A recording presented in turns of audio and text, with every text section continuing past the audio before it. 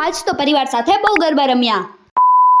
આજે હતા મામાના ઘરે રાંદલમાના લોટા. આવવામાં મને ઓલરેડી લેટ થઈ ગયું હતું. સવારે જ બધી પૂજા થઈ ગઈ હતી. પછી આવીને મેં કર્યા માતાજીના દર્શન. પછી મળ્યા બધા કઝિન્સને. ભગવાનને સરસ મજાનો થાળ ધરાવી દીધો હતો. ગોહણી માટે કન્યાઓ પણ આવી ગઈ હતી અને અહીં મામી કરતા હતા કન્યા પૂજન.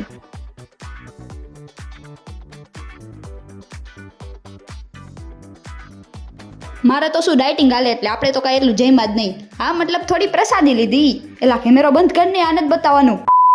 પછી બધાએ સાંજે ભેગા મળી કરી માતાજીની આરતી અને થાળ અને પછી શરૂઆત કરી ગરબાની. કારણ કે ગુજરાતી હોય અને ગરબા ન હોય એવું તો બને જ નહીં. પછી તો નાના મોટા બધા જ ગરબામાં જોડાઈ ગયા અને ખૂબ મજા કરી. ગરબા રમવામાં જલસો બોલાવી દીધો, મજા પડી ગઈ. અને પછી તો બધાએ કર્યું ફદોડી ભરવાનું શરૂ. વારાફરતી વાળા બધાનો વારો આવી ગયો. આ ટેણીઓ બાકી નહોતો રહેતો તો મેં વિચાર્યું હું શેની રહી જાઉં. પછી તો મેં ફદોડી ભરી લીધી અને પછી થાકી ગયા. અરે ના ભાઈ, પછી પાછા ગરબા રમવાનું શરૂ કર્યું. આટલા બધા સાથે હોય પછી ગરબામાં તો કેમ થાકવાના. પછી તો એટલા ગરબા રેમાં કે બહુ ગરબા રેમાં, જલસો પડી ગયો, મજા આવી ગઈ. અને માત્ર ગરબા રેમાં જ નહીં, ગરબા ગાયા પણ. તો આજ માટે આટલું જ. તમને બ્લોગ કેવો લાગ્યો કોમેન્ટ કરજો. મળીએ નવા બ્લોગમાં. ટાટા, બાય બાય, જય માતાજી.